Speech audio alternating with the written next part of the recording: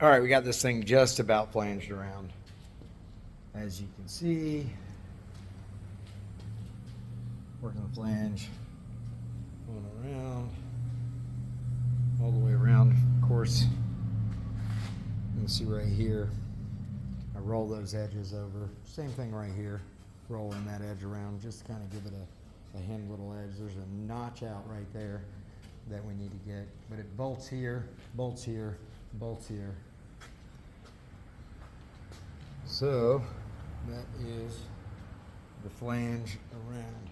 Now, right here, it's supposed to have another flange, so I'll have to add that on after the fact. But as you can see, we curve these flanges around and just put a little lip on the inside so that it's not a rough, sharp edge to dig into whatever it's bolting against, which I imagine it curves around there. Tricky part about these fenders is I'm making these based off of fenders that he brought to me that were fiberglass. And yeah, those fenders are, sorry about that hand. But those fenders are beat up. Some of the parts we're just assuming what they are because it's missing sections of the fiberglass, especially around the back lip, back in that area over there. It was missing pieces on both of the fenders, so undoubtedly it was a problem area. So anyways, we got this thing flanged. I also wanted to point out this little piece right here, which I have Ronnie Giesland to thank for this. Always round your corners.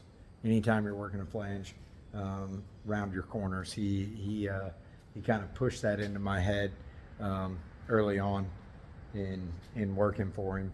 Is anytime you have a flange, make sure your corners are rounded. No sharp points on those corners. Smoothing them out to where there's no little random shards of metal that can clip you or scratch paint. These are dangerously close to getting there, at least this fender is. I got some cleanup to do along the inner edges and the undersides and the back sides, but other than that, this fender is dangerously close. Let's say a little bit of cleanup aside, there's a few small places.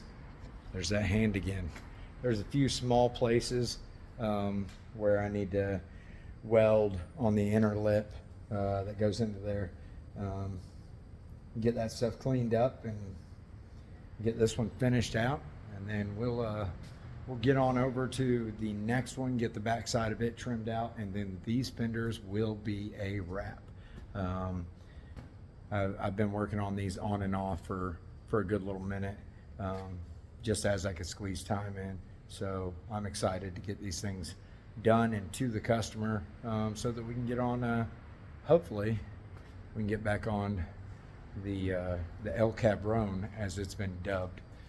The 65 El Camino turned into a station wagon, and then as well as dappering in little sections of that Volkswagen out there, where I got to do some rust repair on it, which is all basic stuff. Maybe I'll show you some rust repair, maybe not. We'll see how it goes. I'll just keep putting stuff out there as I see fit, and we'll keep trucking along. You guys have a good day.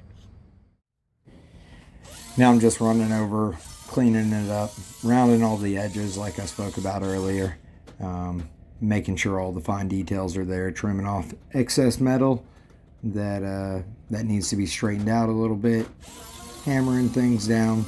I'll spend a ridiculous amount of time fine-tuning everything, getting it all sanded down, cleaned up, presentable, and ready to go out.